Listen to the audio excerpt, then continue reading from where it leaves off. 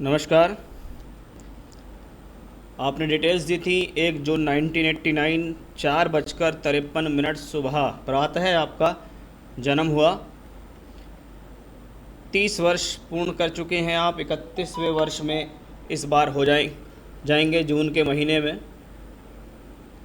चलिए बात करते हैं, जिस समय आपका जन्म हुआ उस समय लगन उदय हो रहा था, वृषभ लगन, शुक्र का लगन था, यानी लगन के मालिक शुक्र, और राशि मेष राशि, चंद्रमा मेष राशि के अश्वनी नक्षत्र में गोचर कर रहे थे, यानी आपका जन्म मूलों में हुआ।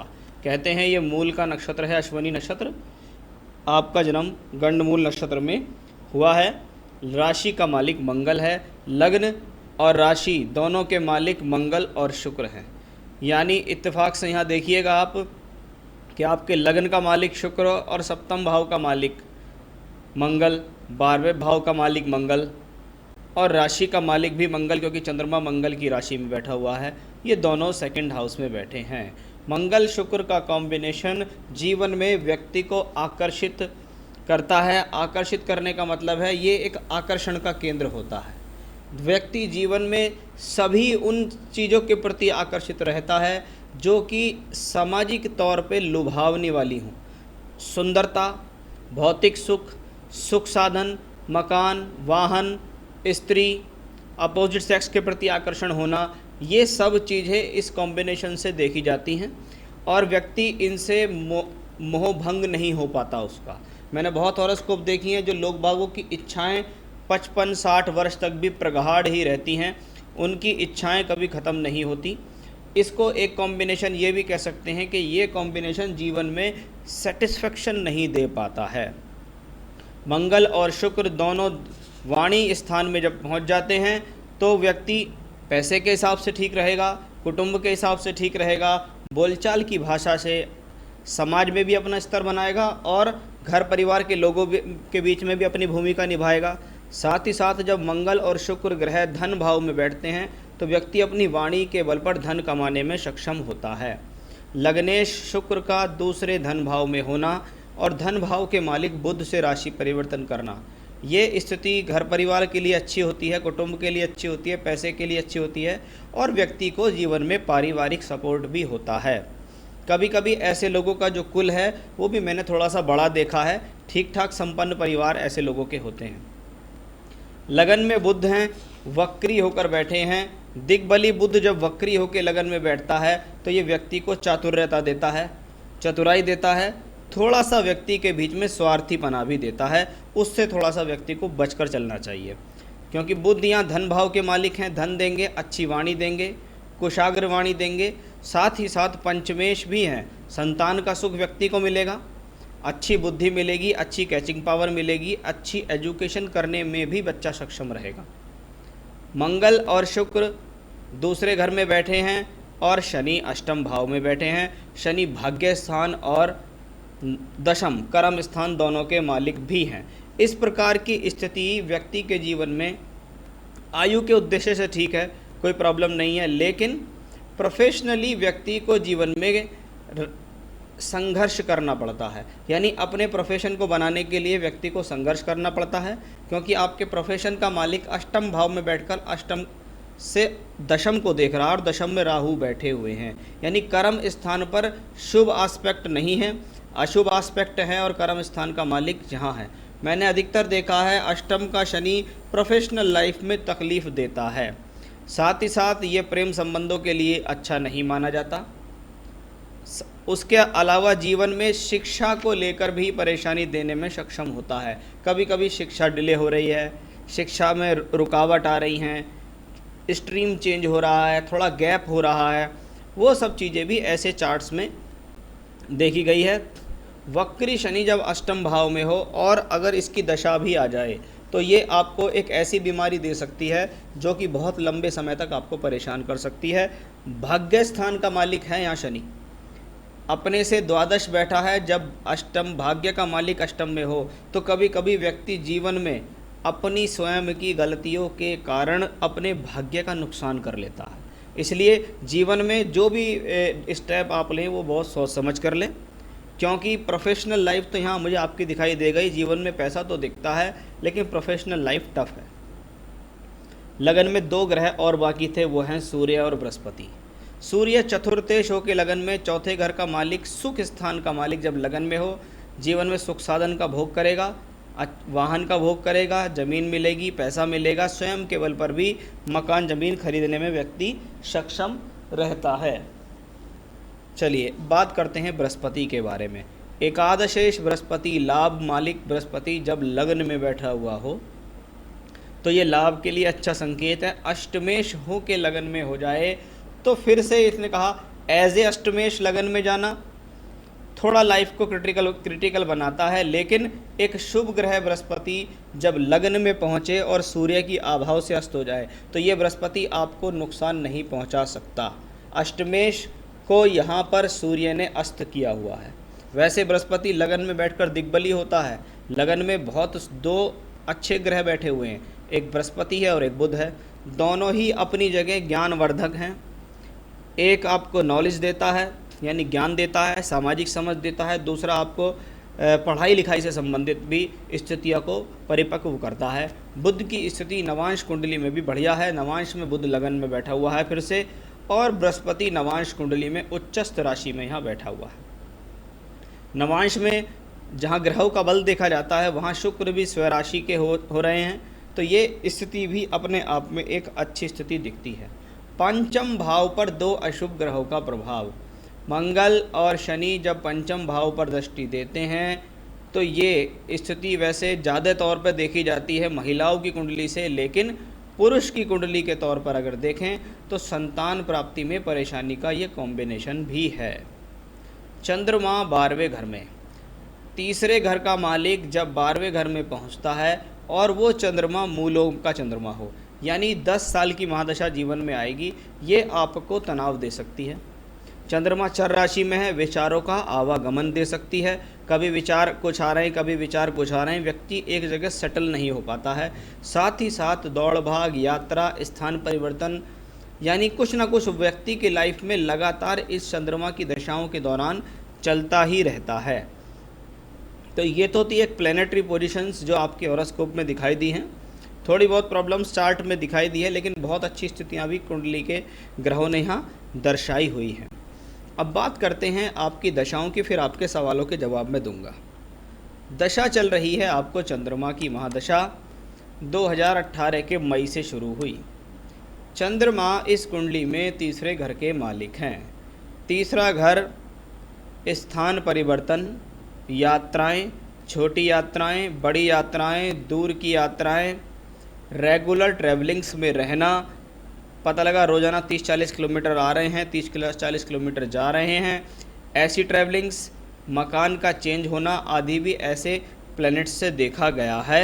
ये 10 साल की महादशा आई है, इसलिए इन 10 सालों में आपके साथ एक मोटी तौर पे मैंने आपको इसका बताया कि तीसरा घर करता क्या है। अब थर्ड लॉर्ड बैठा हुआ है चंद्रमा द्वादश भाव में।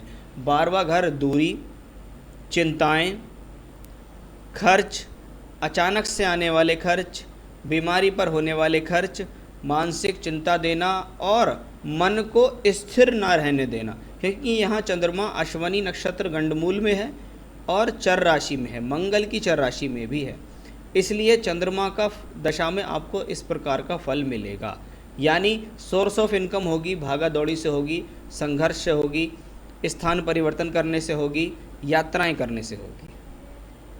नवांश कुंडली में ग्रहों का बल देखा जाता है। चंद्रमा नवांश कुंडली में पंचम भाव में बैठे हैं, षष्ठेश होके अच्छे स्थान में बैठे हैं और सप्तमेश सूर्य के साथ हैं, और यहाँ चंद्रमा बैठ के इनकम के हाउस को देख रहा है। दशमांश कुंडली जो कि प्रोफेशन के चार्ट के लिए जानी जाती है, वहाँ पर भी चंद्रमा पंचम भाव में है। साथ में है योग कारक शुक्र, लग्नेश शनि और सप्तमेश सूर्य, यानी चंद्रमा को यहाँ शनि, सूर्य और शुक्र का बल प्रदान हुआ है। जो चंद्रमा अब तक कुंडली में कमज़ोर स्थितियों में लगा वो प्रोफेशन के चार्ट में मजबूत हुआ, यानी आपकी जो शुरुआत होगी वो एक टफ़ कंडीशन से शुरुआत होगी, और टफ़ कंडीशन की शुरुआत होते होते वो बाद में जाके अच्छे फल प्रदान करेगी, क्योंकि लगन कुंडली में स्थिति टफ है। नवांश में थोड़ी सी अच्छी हुई, दशमांश में और अच्छी हो गई। इसका मतलब ये है कि पोजीशन जो आपको टफ शुरू हुई है उसका रिजल्ट आपको बाद में अवश्य मिलेगा और अच्छा मिलेगा, क्योंकि चंद्रमा यहाँ धन योग में बना हुआ है। तो ये तो थी एक चंद्रमा की बात। अब बात करता हूँ मैं आपकी, जैसे चंद्रमा में अभी आपको जो चल रही है, चंद्रमा में बृहस्पति शुरू हो गई।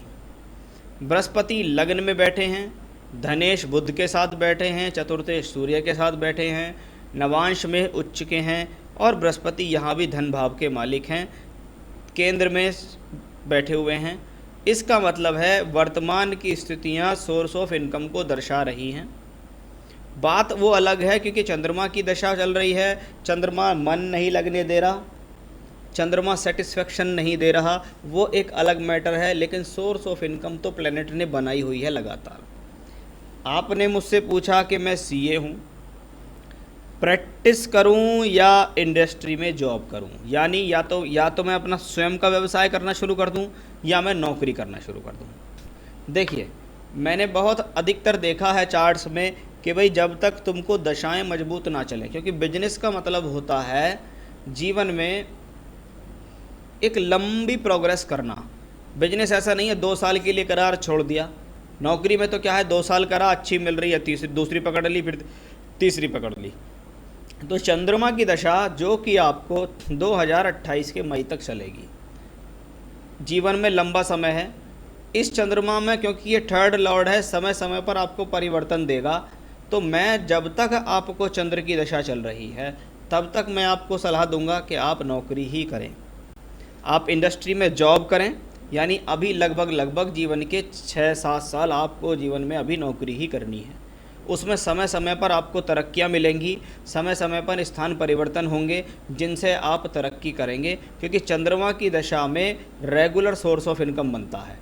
ये सोर्स ऑफ इनकम कब प्रॉब्लम देगा, जब आपकी मानसिक स्थिति हिलेगी, यानी आप स्थिर नहीं रहेंगे, आपके मन में बार बार सवाल आएंगे, मुझे तो नौकरी कर लेनी, बिजनेस कर लेना चाहिए, कुछ बड़ा कर लूँ, कुछ ऐसे कर लूँ, ये मन के अंदर विचलन भाव। लेकिन मैं आपसे यही कहूँगा कि आप अगर इंडस्ट्री में जॉब करते हैं तो आप उसमें भी तरक्की पाएंगे, क्योंकि बिजनेस के पॉइंट ऑफ व्यू से अभी मुझे अच्छी दशा नहीं दिखती।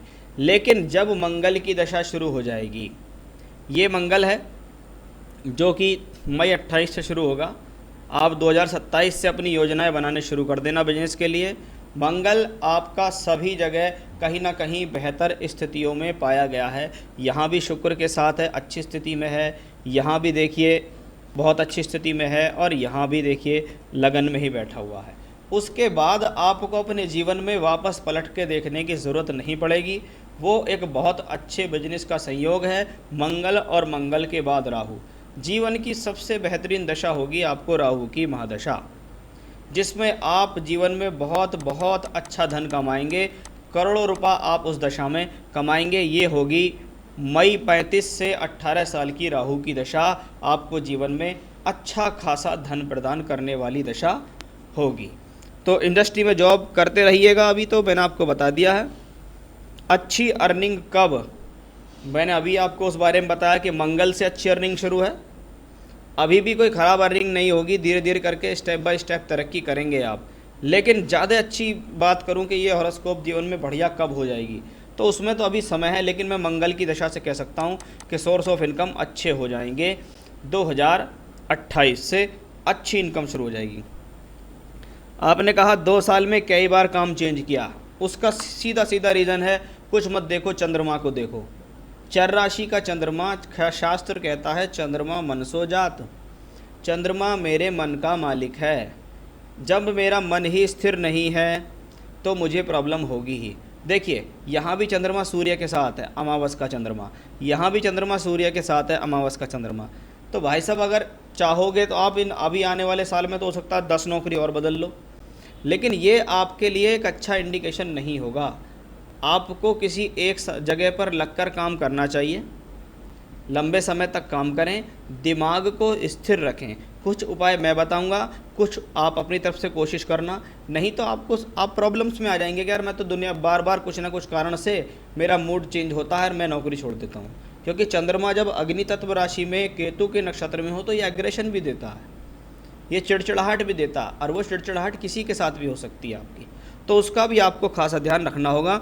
बिजनेस के लिए तो मैंने आपको बता ही दिया है, और करोड़पति के लिए भी मैंने आपको बता दिया कि राहु की दशा है आपको जो जीवन में करोड़पति बनाएगी और बहुत अच्छा धन आपको प्रदान करेगी। तो हॉरोस्कोप ओवरऑल ठीक है। मैं हॉरोस्कोप अच्छी जब मानता हूँ जब सही समय पर सही दशा मिल जाए। चंद्रमा की दशा को मैं अच्छी दशा नहीं मान रहा हूँ, उसमें आप भी पीड़ित हैं और मैंने भी स्थिति देखी है। मंगल के बाद राहु के बाद बृहस्पति, जितनी भी दशाएं आगे आ रही हैं ईश्वर कृपा से आपको सेटिस्फेक्शन देंगी। लेकिन अभी कह सकते हैं तो अभी लाइफ में संघर्ष है। संघर्ष भी सिर्फ मेंटली संघर्ष है। अगर आप अपने आप को सेटिस्फाई कर लो अंदर से तो ईश्वर कृपा से आप अभी भी उतना कमा लेंगे जिसमें आप संतुष्ट हो जाएंगे। तो करना क्या है, देखिए मंगल की राशि में अश्वनी नक्षत्र में बैठे हुए हैं। अश्वनी नक्षत्र, अश्वनी कुमार, सूर्यदेव के पुत्र। तो ऐसे में पूजा पाठ क्या करनी चाहिए?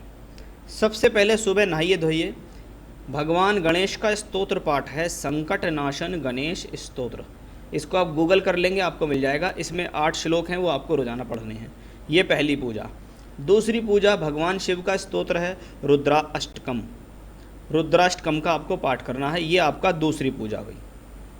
पहली संकट नाशन गणेश स्तोत्र, दूसरी रुद्राष्टकम का पाठ आपको करना है। कोशिश करें रोजाना शिवलिंग पर जाकर जल चढ़ाएं। नहीं जा सकें तो सोमवार के सोमवार जाइए, गंगा जल, कच्चा दूध, थोड़ा सा मिष्ठान डालकर भगवान शिव को अभिषेक कराएं। भगवान शिव को जल चढ़ाते हुए ओम नमः शिवाय जपें और बाद में वहीं पे खड़े होकर जो अपनी आप रोजाना पूजा करते हैं यानी रुद्राष्टकम और संकट नाशन गणेश स्तोत्र, उन दोनों का लगातार पाठ करें। तो ये तो हुई आपकी पूजा। इस पूजा को आप लगातार करें। बाकी मन को शांत करने के लिए मेडिटेशन कर सकते हैं, योगा करें, प्राणायाम करें, अनुलोम विलोम करें, कपालभाति करें, रनिंग करें, जिम ज्वाइन करें। अपने आप को पॉजिटिव एस्पेक्ट में रखें तो ज़्यादा बेहतर होगा। आपके लिए स्टोन बता देता हूं कि कौन से 2 स्टोन आपके लिए सबसे बेहतर रहेंगे। देखिए सबसे पहला स्टोन आपके लिए है डबल फायर ऑस्ट्रेलियन ओपल। डबल फायर ऑस्ट्रेलियन ओपल पहनना है आपको। ये आपके प्रोफेशन के लिए अच्छा होता है। शुक्र के लिए ये रत्न पहना जाता है। दूसरा बुद्धि के लिए आपको एक पन्ना पहनना है। सीधे हाथ की कनिष्ठा उंगली चांदी में आपको पन्ना पहनना है। सीधे हाथ की तर्जनी उंगली में चांदी में आपको डबल फायर ऑस्ट्रेलियन ओपन पहनना है। दोनों अच्छी क्वालिटी के नग आपको पहनने हैं, क्योंकि एक बार पहनने के बाद दोनों नगों को आप 6 से 7 वर्ष तक पहन सकते हैं।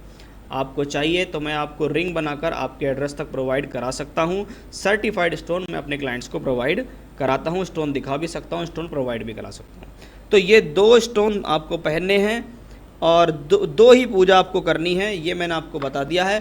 पूजा पाठ में की गई रेगुलरिटी, अपने ऊपर किए गया लगातार का ध्यान ही आपको जीवन में तरक्की प्रदान करेगा।